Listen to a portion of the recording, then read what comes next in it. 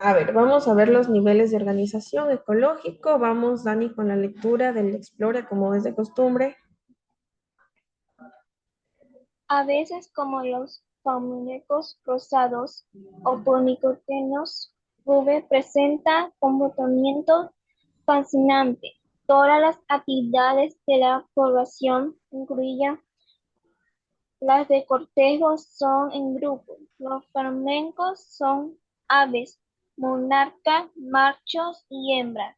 Se reúnen en grupo hasta de 1.000 individuos para realizar la denominada marcha nuclear y luego se forman las parejas. En el periodo de adiestramiento, cada pareja marca el territorio alrededor del nido de su único huevo hasta cuando la cría nace y se alimenta por ambos padres durante los 3 días primero y meses. ¿Ya? ¿Saben qué quiere decir la palabra monógama? No, No, A ver, chicos. La palabra monógamas o monogamia tiene que ver con que estas aves van a tener una pareja sexual por el resto de su vida. ¿Ya? Vamos a continuar. Los organismos y su entorno. Continuemos, Ricardo, con la lectura.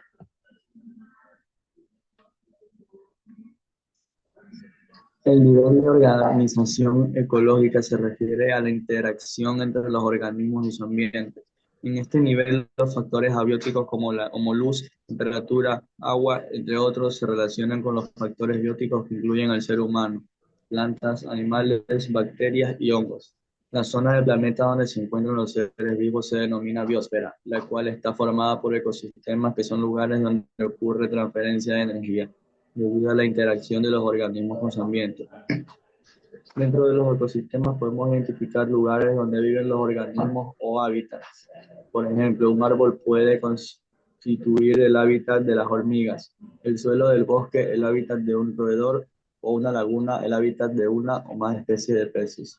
En los ecosistemas se puede encontrar seres de una misma especie en un mismo momento. Estos organismos conforman una población y cuando en un área específica conviven seres de diferentes especies, se habla de una comunidad. Así podemos observar en un pantano diferentes tipos de plantas, bacterias, peces y gases. Los organismos en una comunidad cumplen con una función biológica específica que se denomina nicho ecológico. Se puede establecer como ejemplos que el nicho de las plantas verdes es cumplir con el proceso de la fotosíntesis y el nicho de bacterias y hongos es descomponer la materia orgánica. Los organismos de especies diferentes pueden tener el mismo hábitat pero tener diferentes nichos. Cuando dos especies tienen el mismo nicho ocurrirá una relación de competencia entre ellas.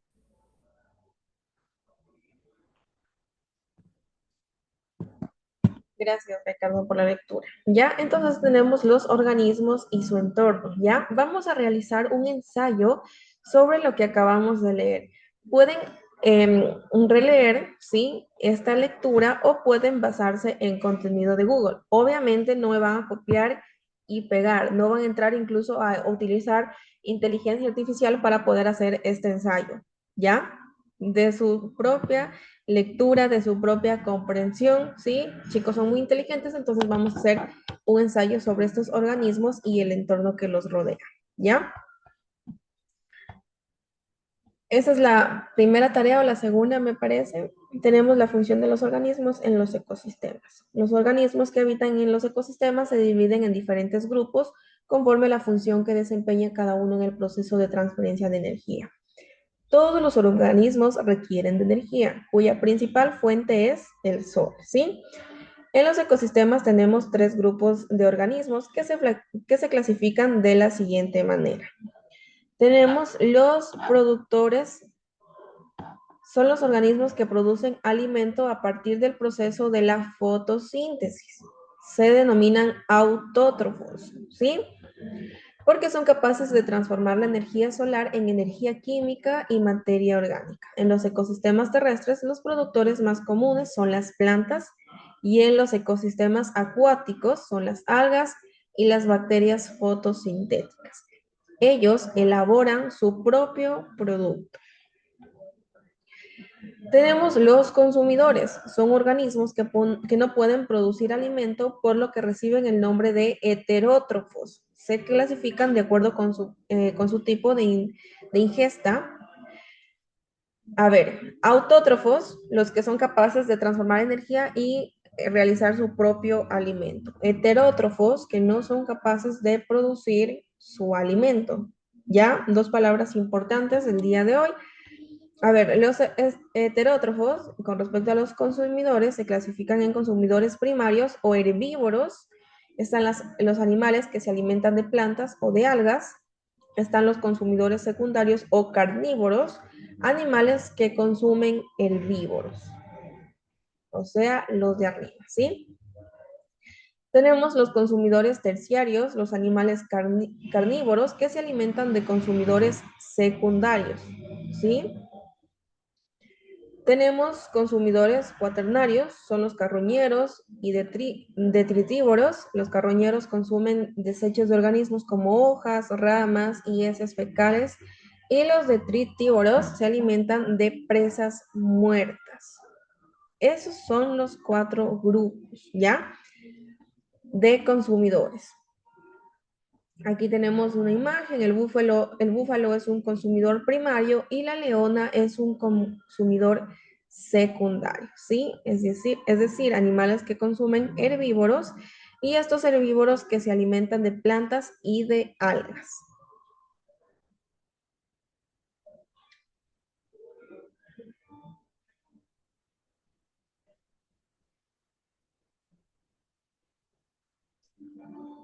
Ya, tenemos los descomponedores, son organismos como bacterias y hongos que se transforman la materia orgánica, los desechos en sustancias inorgánicas que se incorporan al suelo para estar disponibles nuevamente para organismos autótrofos. De esta manera se cierra el ciclo dentro del sistema.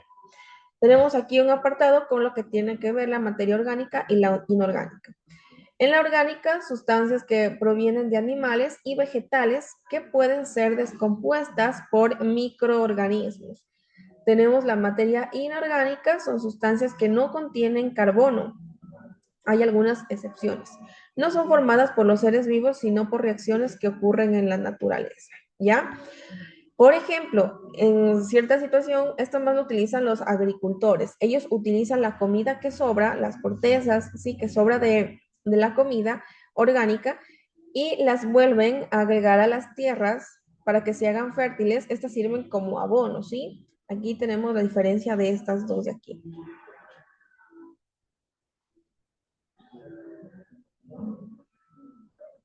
Ya, relaciones entre los organismos en los ecosistemas. Vamos a continuar con la lectura, Dani. Relaciones entre los organismos en los ecosistemas. La interacción entre los organismos juega un rol fundamental en la distribución y la abundancia de las poblaciones. Esta interacción puede ser interfísica e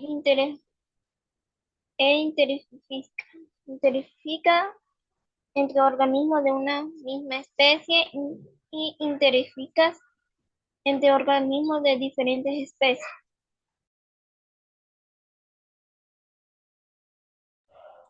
Continuemos, Dani. La competición es una relación especial. La competición es una relación que puede ser interfísica o interfísica. Se produce cuando los individuos tienen necesidades muy similares compitiendo por el mismo recurso. El resultado es que no todos pueden ser exitosos y aquellos que lo han logrado deben medir gran cantidad de energía. La competencia puede ser dos tipos: por interferencia, por explotación. Por interferencia se presenta cuando un individuo de la población afecta a otros por la obstrucción activa por el proceso o un recurso Esta inferencia puede darse por territorio, pareja, alimento y en algunos casos expresa de forma violenta.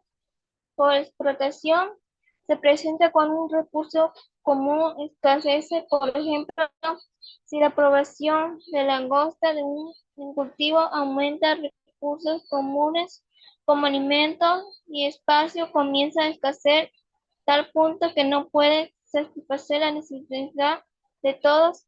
Es entonces cuando los langostas deben migrar.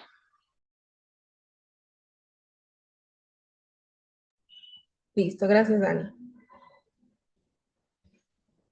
A ver, chicos, tenemos las relaciones entre los organismos en los ecosistemas. Ya vamos a diferenciar estas dos de aquí. En este grupo están las intraespecíficas y las interespecíficas. Intra e inter. En las intraespecíficas están entre organismos de una misma especie.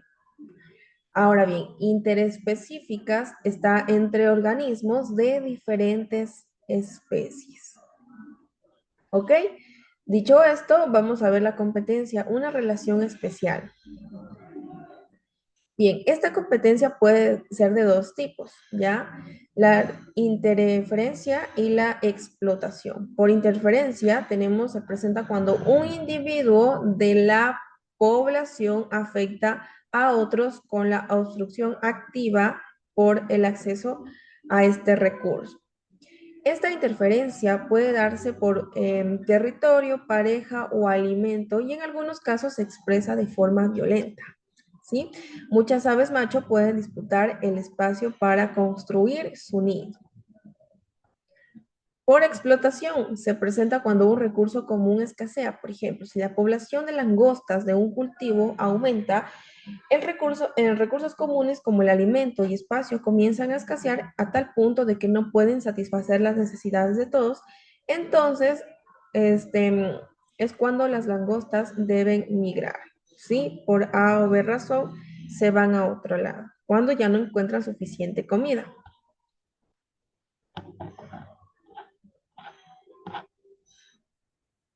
Y tenemos las relaciones intraespecíficas. Lea, por favor, Ricardo. Se presenta cuando las interacciones se dan entre organismos de la misma especie. En los ecosistemas, los individuos de la misma especie se relacionan constantemente entre sí y se producen para mantener su población activa y relacionarse con otras poblaciones de su entorno.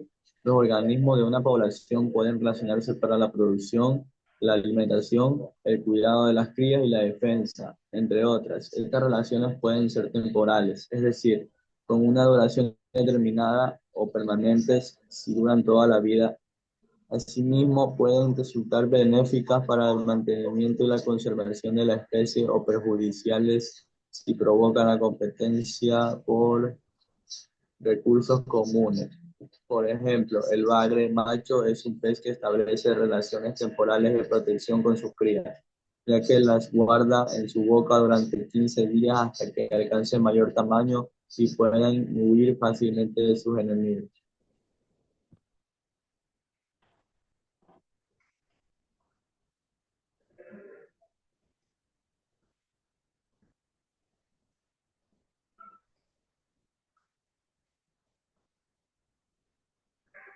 Gracias, Ricardo. A ver, chicos, con respecto a las relaciones intraespecíficas, ¿qué quiere decir intra? De la misma especie, de la misma población. Tal es el caso del ejemplo que nos acabó de leer Ricardo. Sí, el bagre macho es un pez que establece relaciones temporales de su protección con sus crías, ya que las guarda en su boca durante 15 días para que alcancen mayor tamaño y puedan huir fácilmente de sus enemigos. Mientras tanto, él es quien cuida a sus crías. Tenemos también las relaciones intraespecíficas benéficas. Las relaciones intraespecíficas benéficas reciben el nombre de relaciones de cooperación. Entre estas se encuentran las sociales o estatales, las gregarias, las coloniales y las familiares. Tenemos relaciones de cooperación, tenemos sociales o estatales, se establecen entre organismos que se organizan socialmente con división del trabajo para el beneficio de la población. Por ejemplo, tenemos las colmenas de abejas están conformadas por 3 castas, las obreras, los zánganos y las abejas reina. ¿Ya? Tenemos las gregarias, se establecen entre organismos que habitan en una misma zona y tienen comportamientos similares, suelen ser transitorias. El pingüino emperador macho establece relaciones gregarias con otros machos para mantener calientes los huevos y para calentarse entre ellos mismos. Coloniales. Se establecen entre células de individuos que se encuentran unidos funcionando como una unidad. Los individuos proceden de un solo progenitor. Los pólipos de los corales realizan actividades diferenciadas. Unos son reproductivos, otros son de defensa y otros para la alimentación. Tenemos también los familiares. Se establecen entre individuos que están emparedados entre sí para la reproducción y el cuidado de la prole. Los leones son polígamos, viven con alrededor de 10 hembras y pueden tener crías con cada una de ellas. Las hembras se unen para cuidar a su manada. ¿Sí? ¿Ven la diferencia que tienen estos animales con respecto a las aves que vimos al inicio de la clase? Las aves que nos leyó Daniela. Aquí nosotros hablamos de la poligamia, ¿sí? De estar con diferentes hembras en el caso de los animales, y la monogamia solamente estar con una. Ahora bien, todas estas relaciones también son adaptaciones, se adaptan al medio ambiente, al instinto animal y según las necesidades que ellos tienen, ¿ya? Eso, y para la tarea también envié estas 3 preguntas de aquí. Por favor, responderlas de manera correcta. Y nada, chicos. A ver, en un ratito.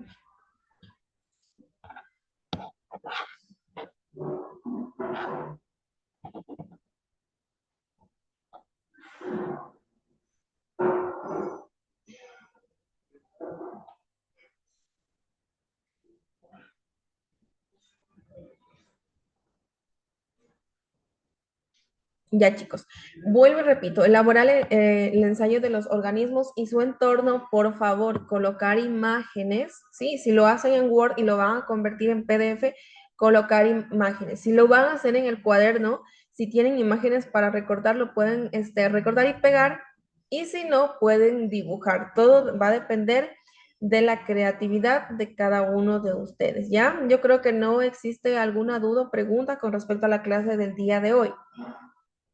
¿Me confirman? No, Miss.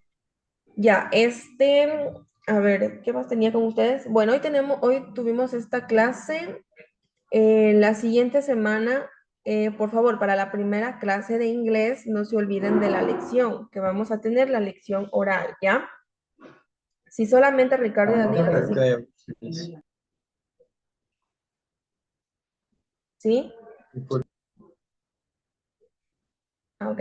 Si solamente Ricardo y Daniela se siguen conectando, obviamente la lección voy a contar con estas 2 personas porque en la última clase de inglés también estaba Mayra conectada, no se ha conectado. Por lo tanto, espero que ustedes sean las 2 personas presentes para esta lección de inglés, ¿ya? Eso, chicos, nos vemos la siguiente semana. Cuídense mucho y que tengan un lindo fin de semana. Igualmente. Gracias. Chao, Miss. Chao, Dani, gracias.